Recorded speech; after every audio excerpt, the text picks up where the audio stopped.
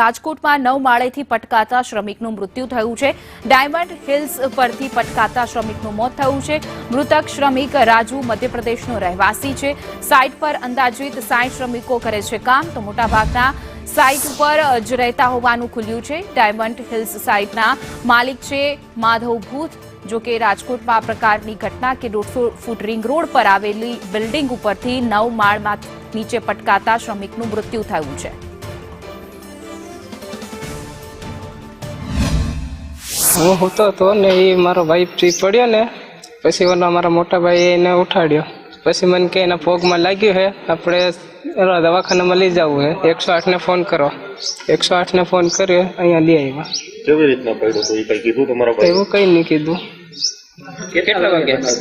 એ 3 વાગ્યાના કરીબ તો મેં બી ફોનમાં ટાઈમ ન જોયો। લગ્ન કરેલા કેટલામાં માળેથી પડ્યો તો? એને જ કીધું 9મા માળેથી હું પડ્યો હો, મને દવાખાને લઈ જાઓ। એને કીધું એવું? એને જ કીધું। કેમ કરતા પડ્યો એ કઈ?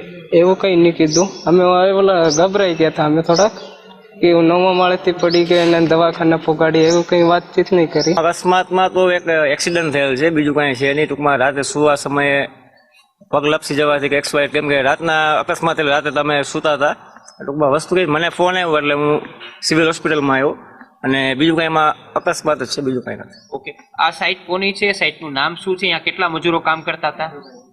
સાઇટનું નામ છે ડાયમંડ હિલ અને એના ઓનર છે માધવભાઈ ભૂત કરીને છે। અને સેફટીના ટોટલી અહીંયા equipment, safety belt, safety helmet totally આપણે યુઝ કરી છીએ। સેફટી નેટ પણ લગાડેલી છે। આ એક જસ્ટ અકસ્માત છે, બીજું કાંઈ નથી। અને ટૂંકમાં અહીંયા લેબરમાં આપણી અહીંયા સણતરના કારીગર, પ્લાસ્ટરના કારીગર, મજૂર ટોટલી સ્ટાફ, સેન્ટરિંગવાળા લોખંડવાળા બધા છે।